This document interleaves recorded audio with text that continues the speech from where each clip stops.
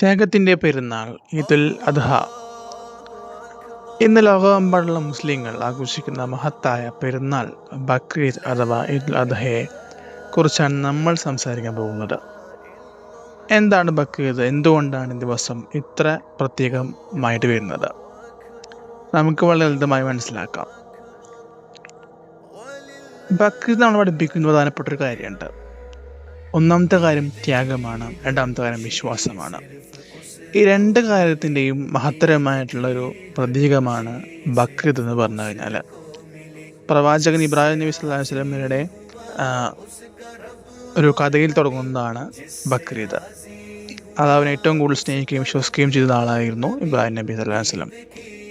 ഒരു ദിവസം അദ്ദേഹത്തിന് സ്വപ്നം കാണപ്പെടുകയും ആ സ്വപ്നത്തിൻ്റെ പ്രതീകമായിട്ട് തൻ്റെ മകനെ അള്ളാഹുവിന് വേണ്ടി കുർബാനി ചെയ്യണമെന്ന് പറഞ്ഞതിൻ്റെ ഭാഗമായിട്ട്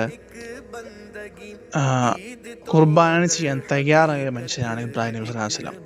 അതിൻ്റെ പ്രതീകമായിട്ടാണ് നമ്മളെല്ലാവരും ബലിപ്പെരുന്നാൾ ആഘോഷിക്കുന്നത്. ശരിക്കും പറഞ്ഞു കഴിഞ്ഞാൽ ബക്രീദ് ദിനത്തിൽ എന്തുകൊണ്ടാണ് മുസ്ലിങ്ങൾ ബുർക്ക നടത്തുന്നത് എന്നറിയാമോ? ഇത് വെറും ആചാരമല്ല, നമ്മൾ പഠിപ്പിക്കുന്ന ഒരുപാട് കാര്യമുണ്ട്.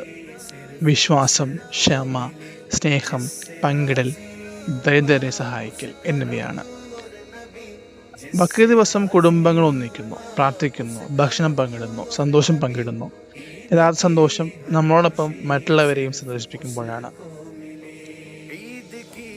ശരിക്കും പറഞ്ഞു കഴിഞ്ഞാൽ ബക്രീദ് എന്ന് പറയുന്നത് ഒരു പരീക്ഷണം തന്നെയാണ് നമുക്കെല്ലാവർക്കും.